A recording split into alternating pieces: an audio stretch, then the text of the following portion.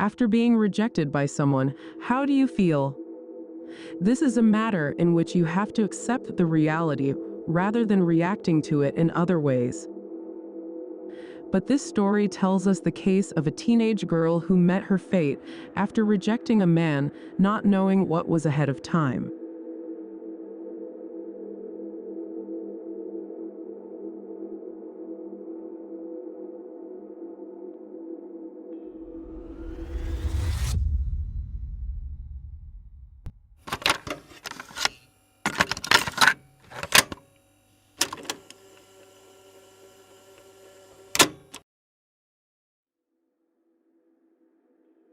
Miya Marcano was a 19-year-old college student who had a bright future ahead of her. She was born on June 4, 2002, in Trinidad and Tobago, where she lived with her parents, Marlon Marcano and Wymus Gabriel, until she was 14 years old. She then moved to the United States with her mother and stepfather, Dwayne Palmer, and settled in South Florida. She had a younger brother, Elijah, and a large extended family who loved her dearly. Miya was a smart, kind, and beautiful young woman who had many interests and passions. She loved music, dancing, fashion, and makeup. She was also an avid reader and writer who enjoyed poetry and novels. She had a dream of becoming a lawyer and helping people in need. She was enrolled at Valencia College in Orlando, where she was studying criminal justice and psychology. She also worked as a leasing agent at the Arden Villas luxury apartments, where she lived in a one-bedroom. Miya had many friends who described her as a loyal, caring, and fun-loving person. She was always there to support and uplift others, and she had a positive outlook on life. She was also very independent and ambitious, and she worked hard to achieve her goals. She had a boyfriend who lived in South Florida, and they had a long-distance relationship. She was happy and content with her life, and she had no reason to fear anyone. However, unbeknownst to Miya, there was someone who had a sinister obsession with her. His name was Armando Manuel Caballero. He was a 27-year-old maintenance worker at the Arden Villas luxury apartments in Orlando, Florida, where Miya lived and worked as a leasing agent. Caballero was born on June 21, 1994 in Miami, Florida, and had a criminal record that included charges of burglary, grand theft, and battery. Caballero had expressed a romantic interest in Miya, but she had repeatedly rebuffed his advances. He had also harassed and stalked her on several occasions and had even entered her apartment without her permission. Caballero was determined to have Miya, and he was willing to do anything to get her. On September 24, 2021, Miya was last seen at the Arden Villas complex around 5 p.m. when she finished her shift and went to her apartment. She had plans to fly to Fort Lauderdale later that evening to visit her boyfriend and celebrate their anniversary. However, she never made it to the airport. She was reported missing by her family the next day when they could not reach her by phone or text. The Orange County Sheriff's Office launched a massive search for Miya, and soon identified Caballero as a person of interest in her disappearance. They discovered that Caballero had used a master key fob to access Miya's apartment just before she went missing, and that he had also used it to enter other units in the complex without authorization.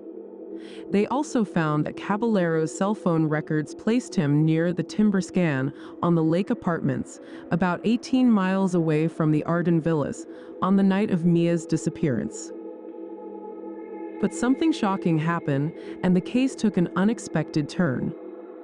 On September 27, 2021, Caballero was found dead in his car in a parking garage in Seminole County from an apparent suicide.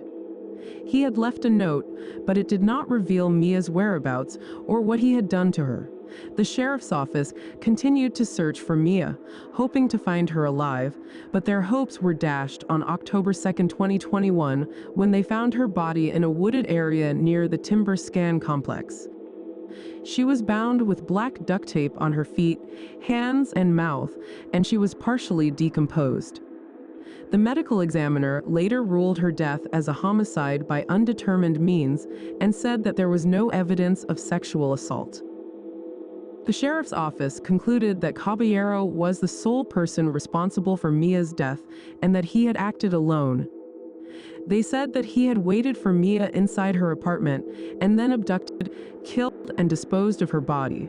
They also said that they had no motive for his actions other than his obsession with Miya. Mia's family and friends were devastated by her tragic and senseless death.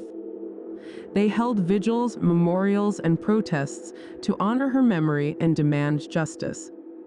They also filed wrongful death lawsuits against the Arden Villas complex, the company that operates the complex, and the sheriff's office, alleging negligence and violation of Mia's civil rights.